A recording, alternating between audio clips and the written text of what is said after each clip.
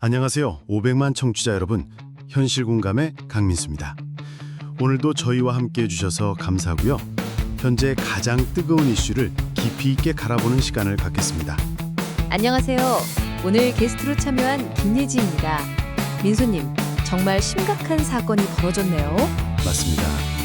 9월 4일 미국 조지아주에서 벌어진 한국인 대규모 구금 사건. 예지님, 이번 사건 어떻게 보세요?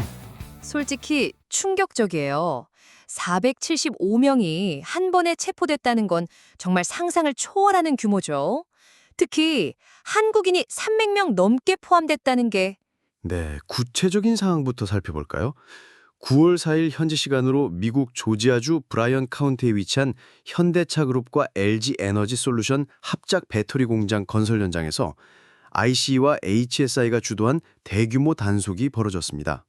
ICE는 이민세관단속국, HSI는 국토안보사국인데 이들이 헬리콥터까지 동원해서 군사작전 수준으로 진행했다는 게 정말 놀라워요. 마치 테러범을 잡는 것처럼. 맞아요. 실제로 미국 측에서는 400명이 넘는 요원을 동원했다고 발표했고요.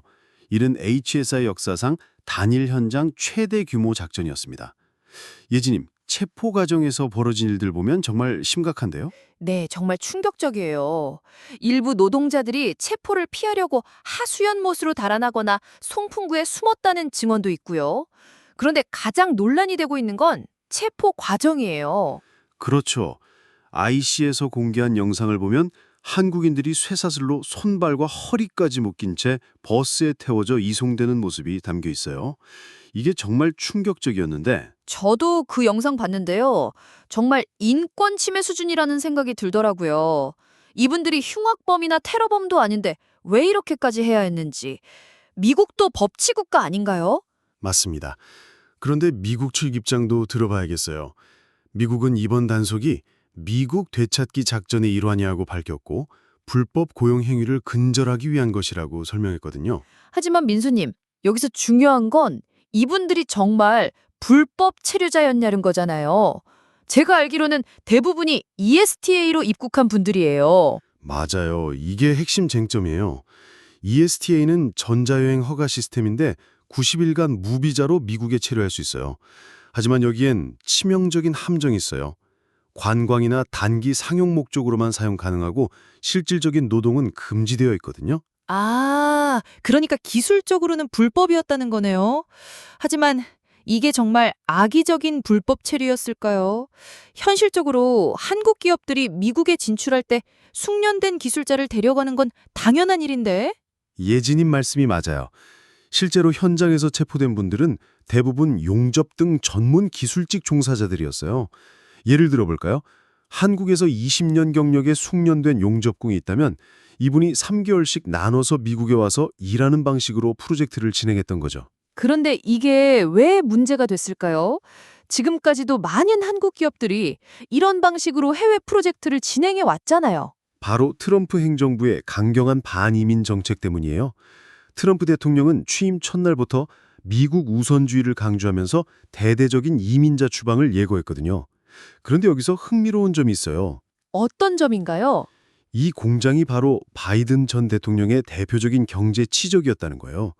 2022년 바이든이 방한했을 때 정의선 현대차그룹 회장과 회담에서 이 프로젝트가 발표됐고 바이든은 나의 경제 정책이 조지아에서 성과가 나고 있다며 대대적으로 홍보했거든요. 아, 그럼 정치적 의도가 있었다는 거네요. 바이든의 치적을 무너뜨리려는. 폭스뉴스 같은 보수 매체들은 바로 그런 분석을 내놨어요. 바이든 지적에 직격탄을 날렸다면서요. 실제로 조지아는 미국 대선의 핵심 경합주기도 하고요. 정말 복잡한 문제네요. 그런데 현실적으로 이런 단속이 미국에게도 손해 아닌가요? 숙련된 기술자들을 내쫓는 건데. 정확한 지적이에요. 실제로 미국은 현재 노동력이 120만 명 부족한 상황이고 올 여름에는 캘리포니아와 텍사스 농가에서 인력 부족으로 작물이 밭에서 썩는 일까지 벌어졌거든요. 모순적이네요. 노동력은 부족한데 숙련된 외국인 노동자들은 내쫓고 이게 정말 미국에게 도움이 될까요? 경제적으로는 손해죠. 하지만 트럼프 행정부는 정치적 메시지를 우선시하는 것 같아요. 미국 일자리는 미국인이 가져야 한다는 논리로요. 그런데 여기서 한 가지 더 짚어봐야 할 게 있어요. 어떤 점인가요? 이 공장의 규모예요. 76억 달러, 우리 돈으로 약 10조 원이 넘는 조지아주 최대 경제 개발 프로젝트거든요. 약 1,200명을 고용하고 있고요. 어마어마한 규모네요. 조지아주로서는 절대 이룰 수 없는 프로젝트일 텐데. 맞아요. 그래서 한국 정부의 대응이 빨랐던 것 같아요. 이재명 대통령이 직접 지시를 내렸고 외교부를 비롯한 범정부 차원의 대응에 나섰거든요. 네, 그래서 오늘 9월 7일 강훈식 대통령 비서실장이 석방 교섭이 마무리됐다고 발표한 거군요. 정말 다행이에요. 그렇습니다. 강훈식 실장은 관련 부처와 경제단체, 기업이 한마음으로 신속히 대응한 결과 구금된 근로자의 석방 교섭이 마무리됐다고 밝혔어요. 행정 절차만 남았고 전세기로 한국인들을 데려올 예정이라고 하고요. 정말 외교적 성과네요. 그런데 석방은 됐지만 앞으로가 더 중요할 것 같아요. 이런 일이 또 벌어지면 안 되잖아요. 정확한 지적이에요. 실제로 정부도 유사 사례 재발 방지를 위해 대미 프로젝트 관련 출장자들의 체류지와 비자 체계를 개선하는 방안을 추진하겠다고 밝혔거든요. 구체적으로 어떤 개선이 필요할까요? 여러 방안이 있을 것 같아요. 첫째, 취업비자 발급 절차를 간소화하는 방향으로 미국과 협의하는 것. 둘째, 장기 프로젝트의 경우 아예 현지 채용을 늘리는 방향. 셋째, ESTA의 한계를 명확히 인지하고 대안을 마련하는 것이겠죠. 근데 민수님, 이번 사건이 한국 기업들의 해외 진출에 미칠 영향은 어떨까요? 다른 나라에서도 비슷한 일이 벌어질 수 있잖아요. 좋은 지적이에요. 실제로 많은 기업들이 우려하고 있어요. 예를 들어 삼성전자가 텍사스에 반도체 공장을 짓고 있는데 여기서도 비슷한 문제가 발생할 수 있거든요. 그러면 한국 기업들이 어떻게 대응해야 할까요? 전문가들은 몇 가지 방안을 제시하고 있어요. 첫째, 철저한 사전 준비. 비자 문제를 사전에 점검하고 현지 법률을 완벽히 숙지하는 것. 둘째, 현지 파트너십 강화. 미국 현지 기업들과의 협력을 통해 리스크를 분산하는 것. 셋째, 정부와의 긴밀한 협력 체계 구축이에요. 그런데 민수님, 이번 사건을 보면서 느낀 게 글로벌 시대에도 여전히 국경의 벽이 높다는 거예요. 자유무역을 이야기하면서도 정작 인력 유동은 이렇게 제약이 많잖아요. 정말 중요한 포인트예요. 실제로 경제학자들은 이를 글로벌화의 역설이라고 부르거든요. 자본과 상품은 자유롭게 이동하지만 노동력 이동에는 여전히 큰 제약이 있다는 거죠. 특히 미국의 경우 더 심각해지고 있는 것 같아요. 트럼프 행정부 들어서 이민 정책이 정말 강경해졌잖아요. 맞아요. 실제로 트럼프 대통령은 취임 첫날부터 전국적에서 이민자 단속을 벌이고 있어요. 농장, 식당, 공장 할 것 없이. 이번 조지아 사건도 그 연장선상에서 봐야 할 것 같아요. 그런데 이게 정말 미국에게 도움이 될까요? 장기적으로 봤을 때 말이에요. 경제학자들은 대부분 부정적으로 보고 있어요. 예를 들어 실리콘밸리의 많은 기업들이 인도나 중국 출신 엔지니어들에게 의존하고 있는데 이들을 내쫓으면 미국의 기술 경쟁력이 떨어질 수 있거든요. 정말 복잡한 문제네요. 그런데 한국 입장에선 어떻게 대응해야 할까요? 미국은 여전히 우리의 중요한 동맹국이자 투자 대상국인데. 균형감 있는 접근이 필요할 것 같아요. 일단 이번 사건의 재발 방지가 최우선이겠죠. 그리고 미국 외에도 투자 다변화를 고려해 볼 필요가 있어요. 유럽이나 동남아시아 같은 다른 지역으로 말이죠. 그런데 현실적으로 미국 시장을 포기할 순 없잖아요. 특히 전기차나 반도체 같은 첨단 산업에서는. 맞습니다. 그래서 더욱 스마트한 접근이 필요해요. 예를 들어 현지 인력 양성에 더 투자한다거나 미국 대학들과 파트너십을 맺어서 인재를 확보하는 방법도 있고요. 흥미로운 관점이네요. 그런데 이번 사건이 한미 관계에는 어떤 영향을 미칠까요? 긍정적일까요? 부정적일까요? 저는 긍정적이라고 봐요. 일단 신속한 외교적 해결을 통해 한국의 국력을 보여줬고 미국과의 관계에서도 한국이 무시할 수 없는 파트너라는 걸 증명했거든요. 맞아요. 475명이나 되는 인원을 3일 만에 석방시켰다는 건 정말 대단한 외교적 성과예요. 그렇죠. 그리고 이 과정에서 한국 정부의 위기관리 능력도 드러났고요. 이재명 대통령의 리더십, 외교부의 신속한 대응, 민관협력 등등 종합적인 국가 역량을 보여준 사례라고 할 수 있어요. 그런데 이번 일로 한국 근로자들이 받았을 트라우마도 걱정이 돼요. 쇠사슬에 묶인 채 이송됐다는 건 정말 힘들었을 텐데. 정말 심각한 문제예요. 정부도 이 부분을 고려해서 귀국 후 심리 상담이나 치료 지원을 검토해야 할 것 같아요. 이분들은 범죄자가 아닌데 범죄자 취급을 받았으니까요. 그리고 이분들의 명예회복도 중요할 것 같아요. 언론에서 불법 체류자라고 보도됐는데 실제로는 합법적 절체로 입국한 분들이잖아요. 좋은 지적이에요. 실제로 이분들은 ASTA로 합법 입국했고 단지 체류 자격에 있어서 문제가 된 거거든요. 이 부분도 정확히 알려져야 할 것 같아요. 이번 사건을 계기로 ESTA 제도 자체에 대한 개선도 필요할 것 같아요. 너무 애매한 부분이 많아요. 맞습니다. 실제로 많은 전문가들이 지적하고 있어요. 단기 상용 목적이라는 표현이 너무 모호하다고요. 어디서부터 어디까지가 허용되는지 명확한 가이드라인이 필요해요. 그런데 미국 입장에선 일부러 애매하게 둔 건 아닐까요? 상황에 따라 해석을 달리할 수 있도록? 가능성이 있어요. 실제로 이민법이라는 게 정치적 상황에 따라 해석이 달라질 수 있거든요. 트럼프 행정부는 더 엄격하게 적용하는 방향이고요. 그렇다면 한국 기업들이 앞으로 어떤 준비를 해야 할까요? 구체적인 가이드라인이 필요할 것 같아요. 오늘 핫한 주제로 오랜 시간 동안 얘기해 보았는데요. 잠시 쉬는 시간 갖고 다시 돌아오겠습니다.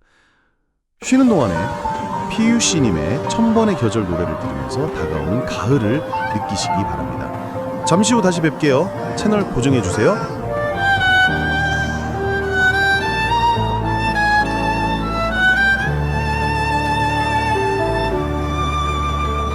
발끝에 머문 저녁 바람 그대 숨결처럼 스쳐가 헤어지던 그 순간이 오늘처럼 또렷해져 문득 내 안을 가득 채운 말 못한 사랑의 흔적 지우려 애써봐도 자꾸 그대가 피어나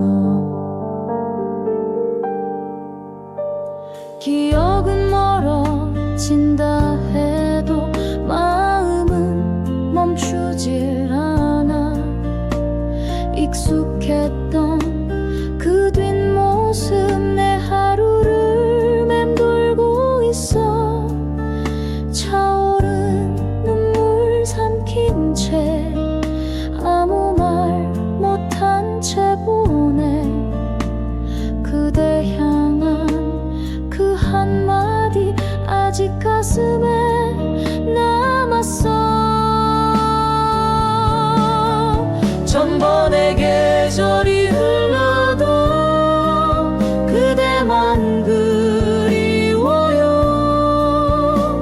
지울 수 없는 이름이 내 맘을 붙잡아요 끝내 닿을 수 없다 해도 기다릴게요 이 생이 다 해도 그대 하나면 돼요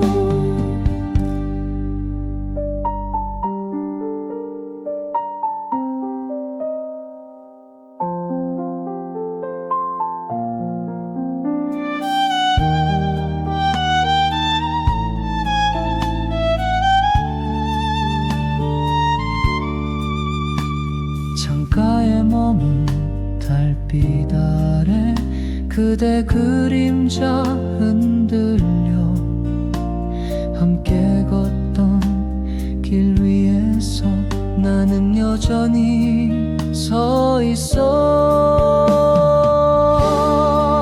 천번의 계절이 흘러도 그대만 그리워요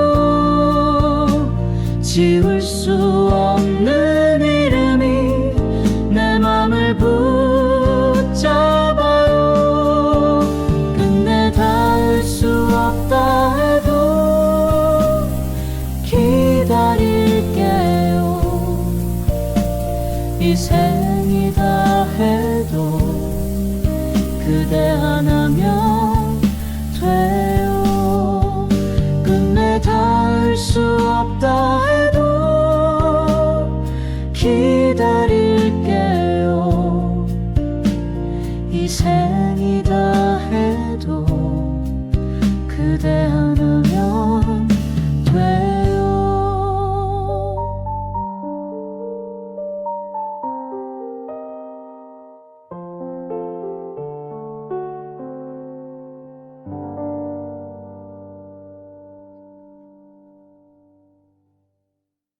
1000번의 계절을 들을 때마다 역시 가을은 남자의 계절이라는 게 느껴집니다. 쓸쓸하죠. 네, 그럴 수도. 이어서 말씀해 주시죠. 여러 방안이 있을 것 같아요. 첫째, 법무법인과의 긴밀한 협조, 미국 이민법 전문가들과 사전에 충분히 상의하는 것. 둘째, 대체 비자 옵션 검토, L1 비자나 O1 비자 같은 다른 방법들을 고려하는 것. 셋째, 현지 채용 비중 확대예요. L1 비자는 뭔가요? 기업 내 전근자를 위한 비자예요. 한국 본사에서 일하던 직원이 미국 지사로 파견될 때 사용하는 거죠. ESTA보다 훨씬 안전하지만 절차가 복잡하고 시간이 오래 걸려요. 아, 그래서 기업들이 간편한 ESTA를 선호했던 거네요. 하지만 이제는 안정성을 우선시해야겠어요. 맞습니다. 단기적으로는 비용이나 시간이 더 들겠지만 장기적으로는 리스크 관리 차원에서 필요한 투자라고 봐요. 그런데 이번 사건이 다른 산업에도 영향을 미칠까요? 건설업만의 문제가 아닐 것 같은데. 당연히 영향이 있을 거예요. 특히 제조업, IT 업계에서는 이미 긴장하고 있어요. 삼성전자의 텍사스 공장, SK하이닉스의 투자 계획 등에도 영향을 미칠 수 있거든요. IT 업계는 어떤가요? 실리콘밸리에 많은 한국 기업들이 진출해 있잖아요. IT 업계는 상황이 좀 다를 수 있어요. 대부분 H1B 비자나 L1 비자를 사용하고 있고 더 체계적으로 비자 문제를 관리하고 있거든요. 하지만 그래도 경계심은 높아졌을 거예요. 이번 사건을 계기로 한국 기업들의 글로벌 진출 전략도 바뀔까요? 변화가 있을 것 같아요. 예를 들어 인력 파견보다는 현지 채용에 더 의존하게 될 수도 있고 미국 외 다른 지역으로의 투자 다변화도 고려할 수 있고요. 그런데 현지 채용이 항상 대안이 될 수 있을까요? 특수한 기술이나 노하우가 필요한 경우에는 좋은 지적이에요. 실제로 이번에 체포된 분들도 대부분 용접 같은 전문 기술직이었거든요. 이런 기술은 하루아침에 습득할 수 있는 게 아니니까요. 그렇다면 기술 이전이나 교육 프로그램이 중요해지겠네요. 현지 인력을 우리 기준으로 훈련시키는. 정확해요. 장기적으로는 그런 방향으로 가야 할 것 같아요. 물론 시간과 비용이 많이 들겠지만 지속 가능한 해외 진출을 위해서는 필요한 투자죠. 그런데 민수님, 이번 사건에서 또 하나 주목할 점이 있어요. 미국 내 한인 사회의 대응이에요. 변호사들이 나서서 도움을 줬다고 들었는데 맞아요. 주 애틀랜타 한국 총영사관에서 재미 한인 변호사들로 변호인단을 꾸렸고 이분들이 구금시설을 방문해서 도움을 줬어요. 정말 든든한 지원이었죠. 해외에서 이런 일이 벌어졌을 때 현지 한인 사회의 역할이 정말 중요하다는 걸 보여주는 사례네요. 그렇습니다. 특히 미국 법률 시스템을 잘 아는 한인 변호사들의 도움이 컸을 거예요. 언어 장벽도 해결하고 현지 사정도 잘 알고 있으니까요. 앞으로 이런 협력 체계를 더 체계화할 필요가 있을 것 같아요. 위기 상황에 대비해서. 좋은 제안이에요. 실제로 정부도 재외국민 보호 시스템을 더 강화하려고 하고 있거든요. 이번 사건이 그 필요성을 더욱 부각시켰고요. 그런데 이번 사건을 보면서 느낀 게 우리가 사는 세상이 정말 복잡하다는 거예요. 글로벌화가 진행되면서 더 많은 기회가 생겼지만 동시에 새로운 리스크도 등장했고 정말 공감해요. 이번 사건도 그런 맥락에서 봐야 할 것 같아요. 한국 기업이 글로벌 진출을 하면서 마주치는 새로운 도전이랄까요? 그리고 정치와 경제가 얼마나 밀접하게 연결되어 있는지도 보여주는 사례 같아요. 트럼프의 정치적 메시지가 경제 활동에 직접적인 영향을 미치니까요. 맞습니다. 특히 미중 갈등, 한일 관계 등 지정학적 리스크가 기업 경영에 미치는 영향이 점점 커지고 있어요.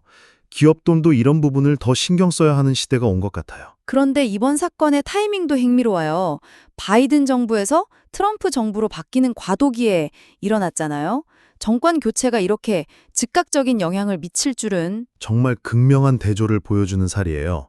바이든 정부 시절에는 이 프로젝트가 미국 제조업의 부활의 상징이었는데 트럼프 정부 들어서는 불법 고용의 온상이 됐으니까요. 정말 정치적 관점에 따라 같은 사안이 180도 다르게 해석되는 거네요. 기업 입장에서는 정말 당황스러웠을 것 같아요. 맞아요. 특히 현대차그룹과 LG에너지솔루션 같은 대기업들은 장기적인 계획을 세우고 투자하는데 이런 급작스러운 정책 변화는 정말 큰 부담이죠. 그런데 미국 경제에도 이런 정책이 도움이 될까요? 숙련된 외국인 노동자들을 내쫓으면서 얻는 게 뭐가 있을까요? 단기적으로는 트럼프 지지층에게 약속을 지키고 있다는 메시지를 줄 수 있겠죠. 하지만 장기적으로는 의문이에요. 실제로 많은 경제학자들이 우려를 표하고 있거든요. 예를 들어 어떤 우려들이 있나요? 첫째, 인플레이션 압박. 노동력이 부족해지면 임금이 오르고 그러면 제품 가격도 오르거든요. 둘째, 기술 혁신의 둔화. 숙련된 외국인 인력이 빠지면 기술 발전이 더뎌질 수 있고요. 셋째, 국제 경쟁력 저하입니다. 그러면 결국 미국 소비자들이 피해를 보는 거네요. 더 비싼 값에 물건을 사야 하고. 그렇죠. 경제학적으로 보면 보호주의 정책의 전형적인 부작용이에요. 단기적인 정치적 이익을 위해 장기적인 경제적 손실을 감수하는 거죠. 그런데 트럼프 지지자들은 어떻게 생각할까요? 이들에게는 미국인 일자리 보호라는 메시지가 더 중요할 텐데. 맞아요. 실제로 트럼프 대통령은 이번 단속 후에 할 일을 했다고 평가했거든요. 지지층에게는 분명 어필이 될 거예요. 하지만 문제는 이런 일자리들을 미국인들이 정말 원하느냐는 거예요. 아, 그 말씀은 3D 업종 같은 건 미국인들이 기피한다는 뜻인가요? 네. 실제로 그런 경향이 있어요. 농업, 건설업, 일부 제조업 같은 분야에서는 외국인 노동자에 대한 의존도가 높거든요. 미국인들이 이런 일자리를 기피하는 이유는 여러 가지가 있어요. 임금, 근무 조건, 사회적 인식 등등. 그러면 결국 이런 정책이 지속되면 해당 산업들이 타격을 받을 수밖에 없겠네요. 그렇습니다. 이미 농업 부분에서는 그런 현상이 나타나고 있어요. 캘리포니아 농장에서 작물이 썩는 일이 벌어진 것도 그 때문이고요. 그런데 한국 입장에서는 이런 상황을 어떻게 활용할 수 있을까요? 위기가 기회가 될 수도 있잖아요. 흥미로운 관점이네요. 몇 가지 기회가 있을 수 있어요. 첫째, 도로로의 투자 다변화. 미국이 어려우면 유럽이나 동남아시아를 눈을 돌릴 수 있고요. 둘째, 국내 투자 확대. 해외 리스크가 커지면 국내에 더 투자할 인센티브가 생기죠. 그리고 기술 경쟁력을 더 키울 기회도 될 수 있겠네요. 우리만의 독점적인 기술이 있으면 어느 나라든 우리를 필요로 할 테니까요. 정확한 분석이에요. 실제로 반도체나 배터리 기술에서 한국이 세계 최고 수준이잖아요. 이런 기술력이 있기 때문에 이번에도 빠른 해결이 가능했던 것 같아요. 그런데 이번 사건이 한국의 국제적 위상에는 어떤 영향을 미칠까요? 부정적일까요? 긍정적일까요? 저는 긍정적이라고 봐요. 일단 신속한 외교적 해결을 통해 한국의 국력을 보여줬고 미국과의 관계에서도 한국이 무시할 수 없는 파트너라는 걸 증명했거든요. 맞아요. 475명이나 되는 인원을 3일 만에 석방시켰다는 건 정말 대단한 외교적 성과예요. 그리고 이 과정에서 한국 정부의 위기관리 능력도 드러났고요. 이재명 대통령의 리더십, 외교부의 신속한 대응, 민관 협력 등등 종합적인 국가 역량을 보여준 사례라고 할 수 있어요. 그런데 앞으로 이런 일이 또 벌어지면 어떻게 해야 할까요? 예방책 마련이 중요할 텐데. 여러 방안이 있을 것 같아요. 첫째, 법률 서비스 강화, 해외 진출 기업들에게 현지 법률에 대한 더 정확한 정보를 제공하는 것. 둘째, 정부 차원의 가이드라인 마련, 국가별, 업종별로 구체적인 지침을 만드는 것. 셋째, 리스크 모니터링 시스템 구축이에요. 리스크 모니터링 시스템이라는 건 어떤 건가요? 각국의 정치적, 법적 변화를 실시간으로 추적해서 기업들에게 알려주는 시스템이에요. 예를 들어 미국에서 이민법이 바뀔 징조가 보이면 미리 경고하는 거죠. 아, 일종의 조기 경보 시스템이네요. 정말 필요할 것 같아요. 요즘같이 정치적 변화가 빠른 시대에는. 맞습니다. 그리고 이런 시스템은 정부만으로는 한계가 있어요. 민간 싱크탱크, 로펌, 컨설팅 회사들과의 협력이 필요하죠. 그런데 이번 사건을 보면서 느낀 게 우리 기업들의 글로벌 마인드셋도 더 발전시켜야 할 것 같아요. 단순히 기술만 가지고 가는 게 아니라. 좋은 지적이에요. 실제로 성공적인 글로벌 기업들을 보면 현지 문화와 법률에 대한 이해가 깊거든요. 단순히 한국식 방법을 그대로 적용하는 게 아니라 현지에 맞게 조정하는 능력이 중요해요. 예를 들어 어떤 것들이 있을까요? 인사관리 방식, 노무관리, 지역사회와의 관계 등등 이번 사건도 어떻게 보면 미국의 노동법과 이민법에 대한 이해 부족에서 비롯된 면이 있거든요. 그렇다면 앞으로 해외 진출 기업들에게는 법무팀이 더 중요해지겠네요. 특히 현지 법률 전문가들. 절대적으로 필요해요. 실제로 글로벌 기업들은 각국의 법무팀을 두고 있거든요. 비용이 들더라도 리스크를 줄이는 투자라고 봐야죠. 이번 사건을 계기로 한국 기업들의 해외 진출 방식이 더 정교해질 것 같아요. 저도 그렇게 생각해요. 이전까지는 일단 진출하고 보자 시기였다면 이제는 더 신중하고 체계적인 접근이 필요해졌어요. 사전 준비 단계에서부터 철저하게. 그런데 그렇게 되면 해외 진출 속도가 늦어질 수도 있지 않을까요? 기회를 놓칠 수도 있고. 딜레마가 있죠. 하지만 이번 사건처럼 큰 리스크가 현실화되면 더 큰 손실을 볼 수 있어요. 결국 속도와 안정성 사이의 균형을 찾는 게 중요할 것 같아요. 그런 면에서 정부의 역할도 중요하겠네요. 기업들이 안전하게 해외 진출할 수 있도록 도와주는. 맞습니다. 실제로 이번 사건 처리 과정에서도 정부의 역할이 컸거든요. 개별 기업이 혼자서 해결하기는 어려운 문제였으니까요. 그런데 민수님, 시간이 벌써 이렇게 흘렀네요. 마지막으로 이번 사건이 우리에게 주는 교훈을 정리해 볼까요? 좋죠. 첫째, 글로벌 진출에는 항상 리스크가 따른다는 것. 특히 정치적 리스크는 예측하기 어렵고 영향력이 크다는 점. 두째, 철저한 사전 준비와 현지 법률 숙지의 중요성. 셋째, 위기 상황에서는 정부와 민간의 협력이 핵심이라는 것이에요. 그리고 한국의 국력과 외교력이 실제로 작동한다는 것도 확인했고요. 475명을 3일 만에 석방시킨 건 정말 대단한 성과였어요. 맞아요. 그리고 위기가 때로는 기회가 될 수 있다는 것도 보여줬죠.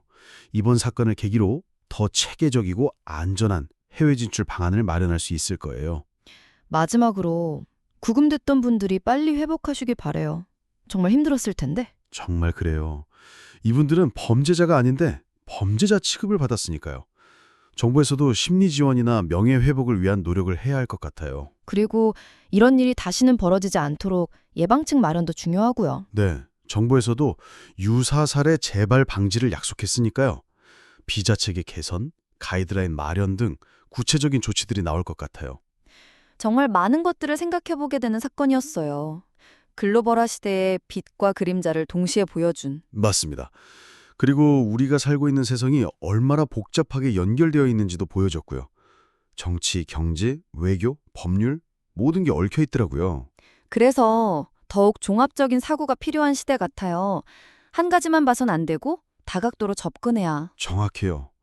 이번 사건도 단순히 불법 체류자 단속으로만 보면 안 되고 정치적 배경, 경제적 맥락, 외교적 함의까지 종합적으로 봐야 하거든요. 청취자분들도 이번 사건을 통해 많은 걸 느끼셨을 것 같아요. 글로벌 시대를 살아가는 우리 모두에게 해당되는 이야기니까요. 그렇죠. 우리 모두가 직간접적으로 글로벌 경제에 연결되어 있으니까요.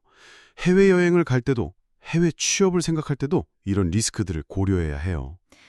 정말 유익한 대화였어요, 민수님. 복잡한 사안을 차근차근 정리해보니까 이해가 많이 됐어요. 저도 예진님과 함께 대화하면서 새로운 관점들을 많이 얻었어요. 특히 기업의 입장, 개인의 입장에서 바라본 시각들이 도움이 됐고요. 앞으로도 이런 이슈들이 계속 나올 것 같은데 그때마다 차분하게 분석해보는 게 중요할 것 같아요. 맞습니다. 감정적으로 반응하기보다는 사실에 기반해서 냉정하게 판단하는 게 필요해요. 오늘도 그런 시간이었다고 생각하고요. 청취자 여러분들도 오늘 이야기를 들으시면서 많은 생각을 하셨을 것 같아요. 댓글로 의견도 남겨주시고요. 네, 여러분의 생각도 궁금합니다. 이번 사건에 대해 어떻게 생각하시는지, 앞으로 우리가 어떻게 대비해야 할지에 대한 의견들 많이 해요. 그럼 오늘 방송 여기서 마무리할게요. 1시간 넘게 함께해주신 청취자 여러분 정말 감사합니다. 네, 감사합니다. 다음 시간에도 더 흥미로운 주제로 찾아뵙겠습니다. 현실공감이었습니다.